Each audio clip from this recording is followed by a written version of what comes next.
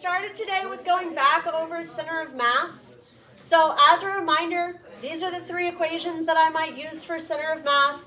If it's a uniformly dense object of some symmetrical shape, then where is the center of mass?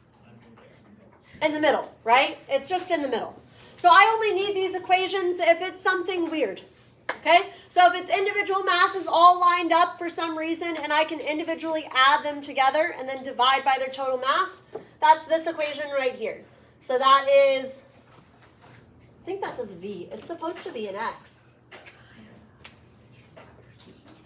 That would be momentum. That was momentum for a second there. So I multiply the mass times the location and then divide by the total mass. So that's this equation. I use that for like specific masses. If there's a question where it's like, and these four spheres, okay, great. I might have to do that in 2 dimensions. Ooh, yucky. But I might have to do it in 2 dimensions. Then, if it's a non-uniformly dense object, that's where these 2 equations come in. I'm going to need that linear density, whatever it is. But as a reminder, I can cheat and use this equation if they tell me what the mass is. If they're just like, and the mass is 10. Awesome, 10, done. If they say the mass is m, awesome, m, done. If they don't tell me what the mass is, like we did in the warm-up, then we're using this full equation up there. I always integrate the top, integrate the bottom separately, and then go back and divide them. I don't do this whole equation at once. Okay. Why in the world do we need center of mass? What can we possibly need center of mass for as we start these objects spinning? Anybody know why I care about center of mass all of a sudden again? If an object is completely free to rotate, it does not have a pivot or an axle around which it's going to have to pivot or spin, where will it rotate around? The center of mass. So the reason we have this, and I'll get rid of it in just a second, but an object free to rotate, aka no pivot, no axle, will rotate around its center of mass. So, no matter what the shape is, if it doesn't have a set pivot point or a set axle, it will rotate around its center of mass. So, for example, here are a couple. If I have a plank and it's held up by this little T or V, some sort of support right there. Let's say this is linearly dense, so its center of mass is right here. This object's going to rotate along its pivot, not its center of mass. If I have, this is a top view, if I have a door on a hinge, so this is the door, that's the hinge, this object is going to rotate around its pivot point, the hinge, not its center of mass. Okay? If I have some circle, and for some reason I put an axle right here in this circle, not in the center, but that's an axle going through it. I'm terrible at drawing 3-dimensional things. If there's an axle going through this piece, it will rotate about that piece right there. If I take these pivot points away, or these axles away, then all of these objects are going to rotate around their center of mass. So that's why we might need to know what the center of mass is. This will be like the start of a question. It will not be the point of the question. It will say, I need to figure out the rotational something or something, but you have to say, okay, well, where is it rotating around? If there's not a pivot or an axle, it's going to be the center of mass. So I might need to know where that is. All right. Speaking about things rotating, I want to clarify something. So far, we have been using a particle model. So that means we've taken every object as a particle at its center of mass with no size or shape. That's what we've done so far because everything we've had for the most part has moved in a straight line. So it has only exhibited translational motion, something like this. Let's say I'm moving this rod, its center of mass is in its center.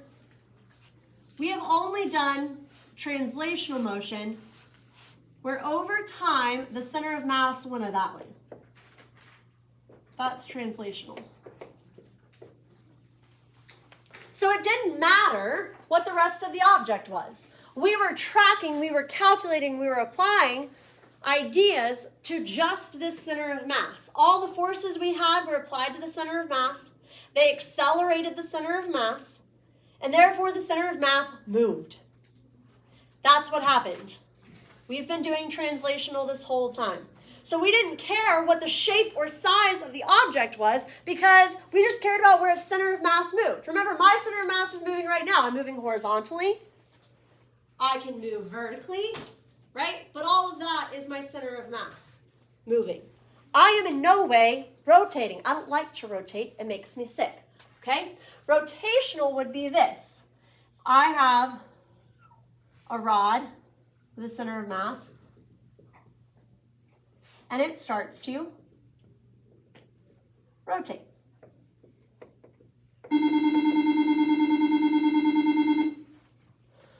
Notice for rotational motion, the center of mass stays in the exact same point the entire time. It doesn't move. Instead, we rotate.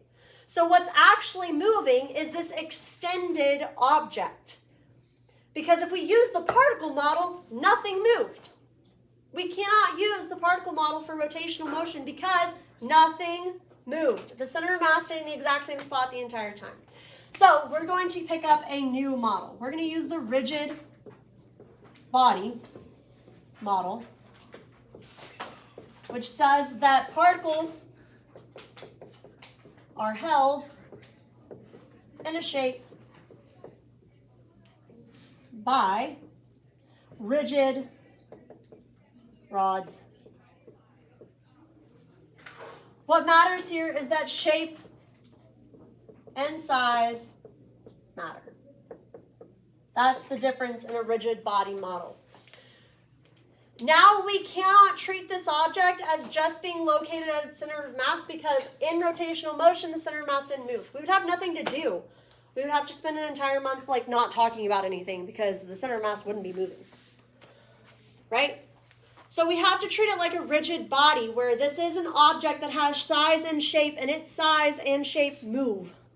Its center of mass doesn't, but its size and shape does. Okay?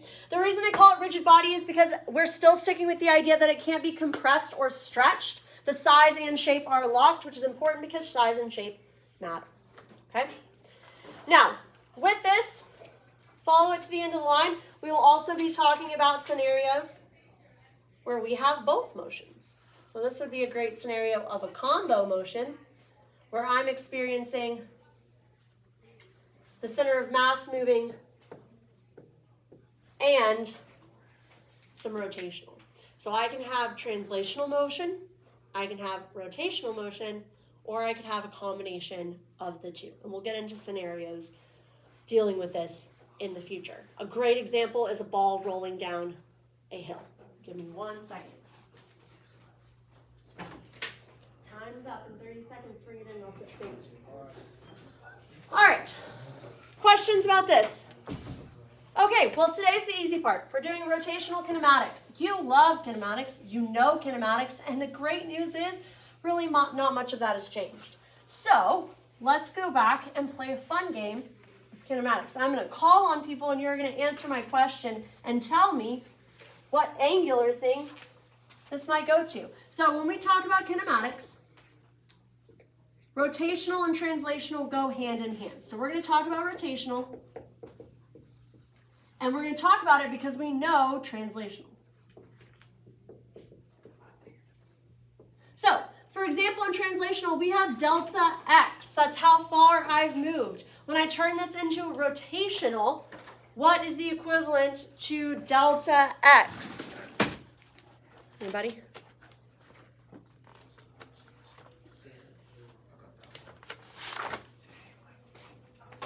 No. Hold on 1 second. That's the wrong test. This is the right. All right, 50 minutes. Set a timer for 50 minutes. I think that worked. Maybe. It's really still thinking about it. Right there.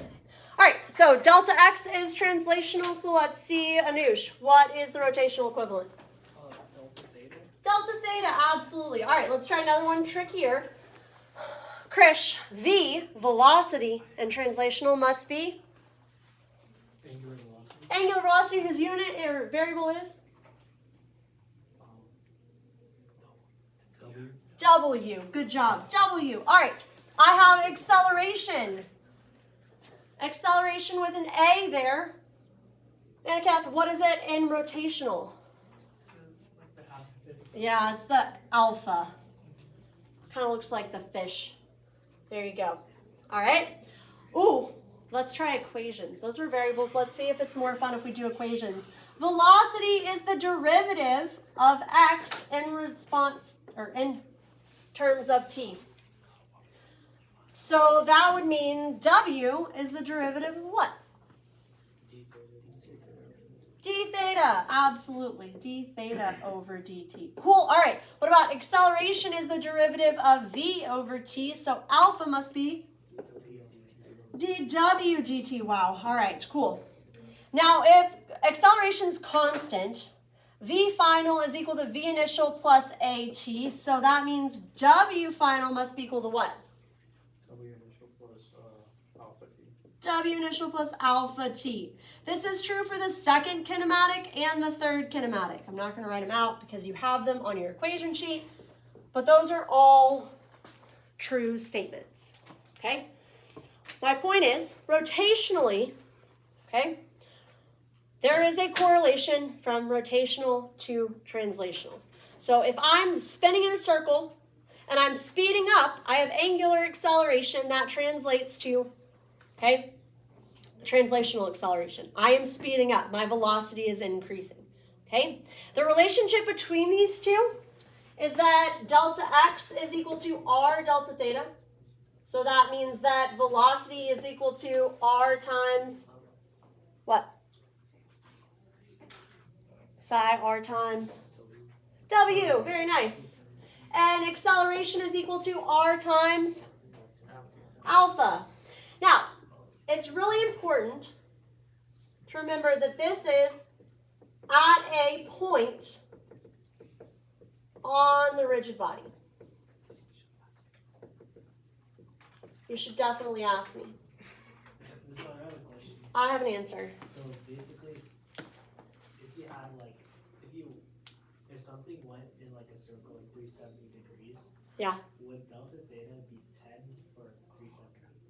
It should be 370 because the distance that that object has traveled in that amount of time, distance, it depends on what you're asking. If you're wanting distance, then it would be 370. If you're wanting displacement, it would be 10, right? Because that would be true for translationally as well. It's traveled displacement-wise only 10 degrees times its radius, or it's traveled a full radius plus 10. Does that make sense? Okay. So, what I mean by this is that translational is not constant depending on where I am on the object. So if I have a turntable and I have two pennies, penny A and penny B, and this thing is going in a circle that away, right? Since they're attached, I'm going to put this in with a star here. Two objects attached to the same spinning object, they're going to have something in common. What is it that they have in common? W or V? W. Have the same angular velocity and the same angular acceleration. Because this is essentially now connected objects. A goes where B goes. They have to go around the circle at the same rate. If A does 1 revolution in 10 seconds, B will have done 1 revolution in 10 seconds. So if I want to compare WA and WB, they would be the exact same thing because they are attached to the exact same spinning object.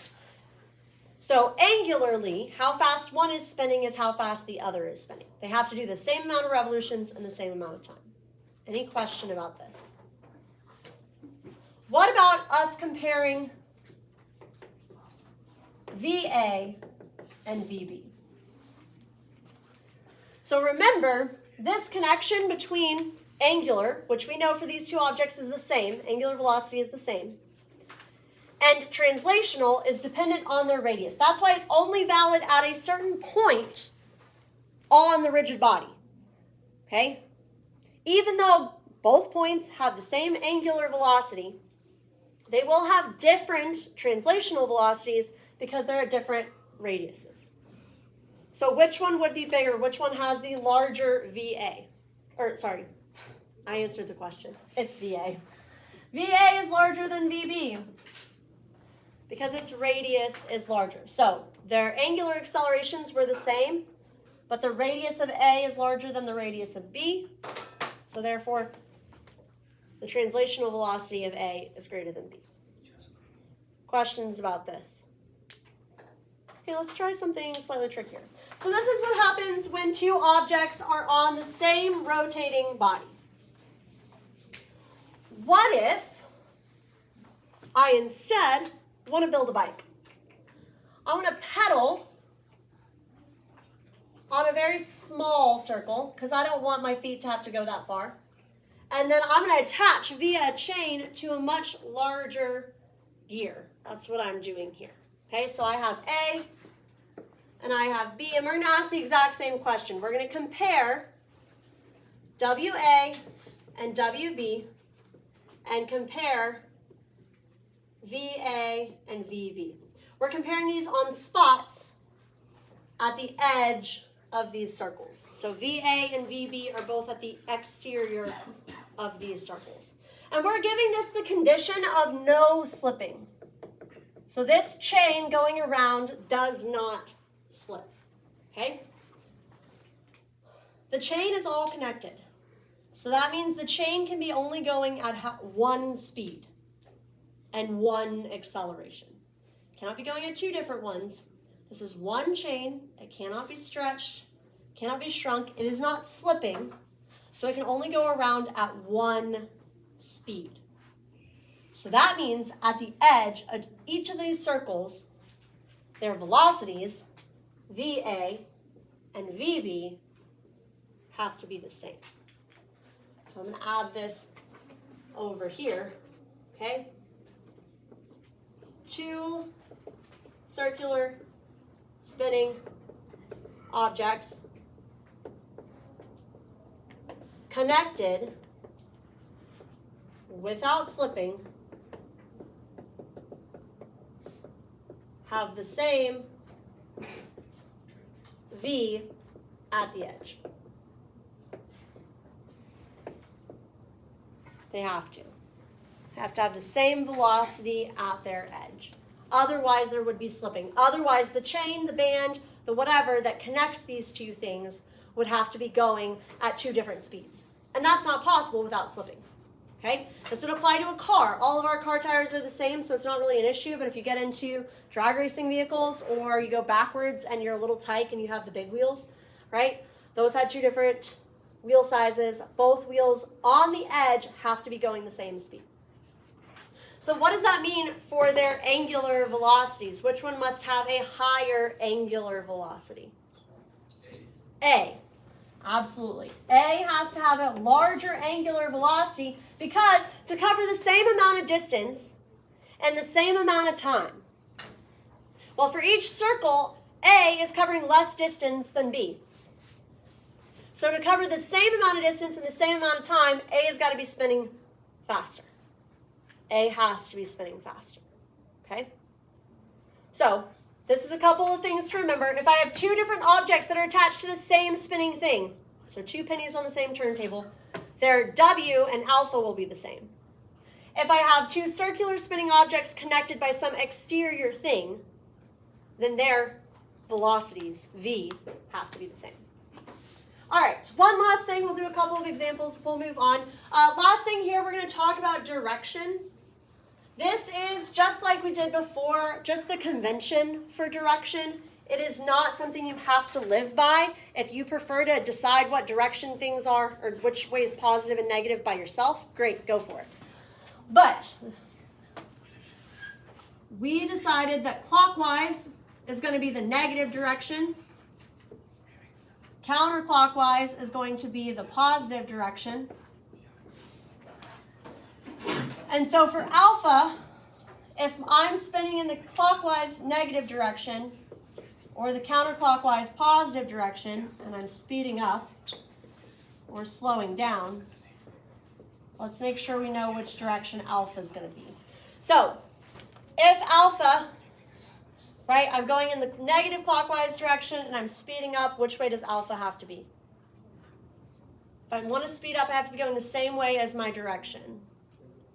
Negative. So negative clockwise. If I want to slow down, which way does alpha have to be? Positive. Shiraj, what's your question?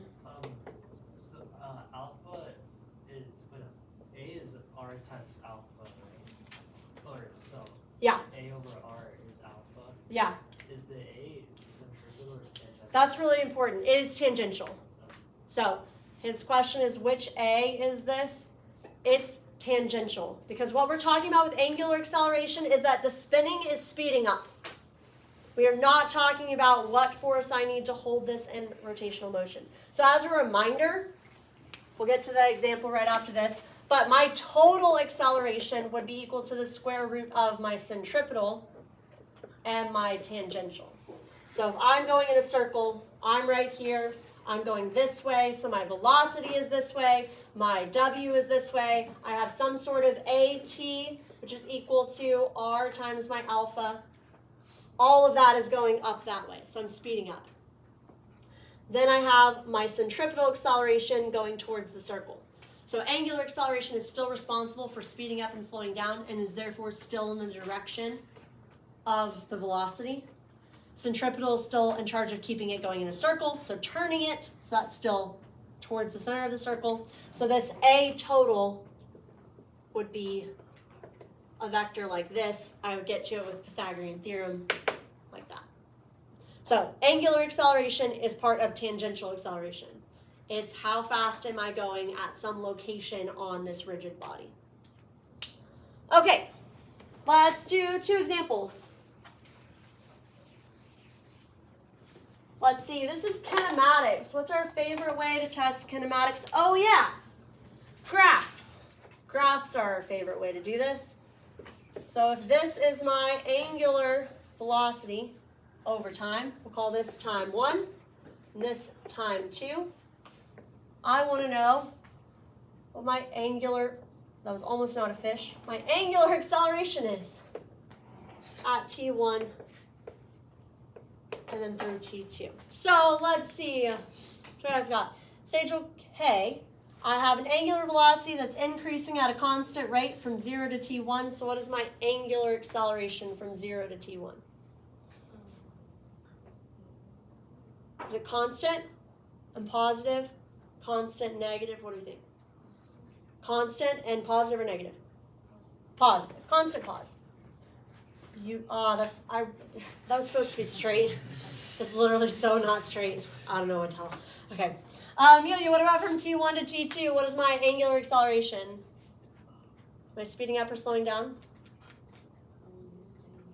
I'm staying the same, so my acceleration must be 0. Absolutely. All right, Sai, what about T2 and beyond? Negative constant. Negative constant.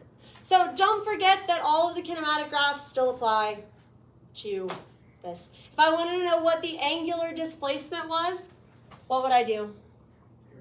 Area under the curve. Okay, so just don't forget that just because we turned it into rotational, doesn't mean they can't give you a graph. They love giving out graphs. All right, last one. Your car idles at 500 RPM. It accelerates 2,500 RPM in 3 seconds. How many revolutions occurred in those 3 seconds.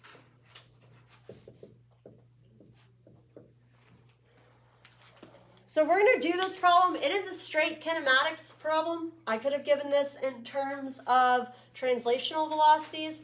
It had initial velocity of 500 meters per second. It accelerated 2,500 meters per second in 3 seconds. And then how far did it go in this amount of time? It's the exact same thing, just in terms of rotation. Now, just like with kinematics, we could use all sorts of units. We could do this in terms of kilometers per hour. We could have done this in terms of meters per second. Could have done it in terms of meters per hour if we were talking about like a slug. We can use whatever we want. Same thing goes for this question. So, which units would we like to use? Revolutions per what? Minute. All right, so we're going to leave it in revolutions per minute. Perfectly fine. So, my initial angular velocity is 500 RPM. What would my final angular velocity be? I increased 2,500. So my final is 3,000. I did that in a span of 3 seconds. Is that the right unit? 1 over 20 minutes. That's how long. If you're wondering, that's 0.05 of a minute. And then what am I searching for? Revolutions would be delta theta. All right, how am I going to solve this? What are we going to do? Look at my kinematic equations. I didn't write all of them on board. You can go back and look at the equation. What are we going to do? What? Should I get acceleration? No. No, I don't need it. This dude's like a VF plus V naught over 2 times time. Times time. Oh, I see what you're saying.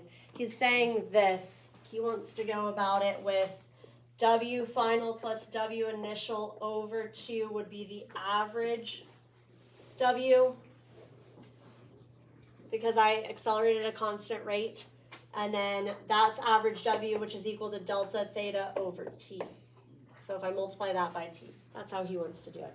You could also just find acceleration. You don't have to, but if you wanted to, acceleration is 50,000 RPM. Using W is equal to W naught plus AT. Doesn't matter which one you want to use. I'm going to go the normal way. But it's good to not forget that that exists, because that's very true. So then with this information, which equation do you want to use to solve for delta theta? Number 2 or number 3? Which one do we like better? It's personal preference. They both will get us there. We have time, initial velocity, final velocity, acceleration. 2. Somebody's holding up 2, so I'm going with that. Remember, those who vote win. So delta theta equals W naught T plus 1/2 alpha T squared. If I plug that in, give me a number. I'm not in charge of numbers. 72. No. 67. No. 41. No. I'm going to stop taking guesses from Shiraj and ask somebody to use a calculator. Use a calculator. That's actually how we solve these things. 23. What? 23. No. Really typing into it? No. Anuj just got me. Anuj is just going to get a piece of candy because he's the only person who even attempted it. And therefore he has earned it. Earned it. It's This is not right. 226. No. But you still get, what? 92.5. No. It's 87.5. No. I don't. Oh, I'm in reading it. That doesn't matter. Wait, can I see what is that?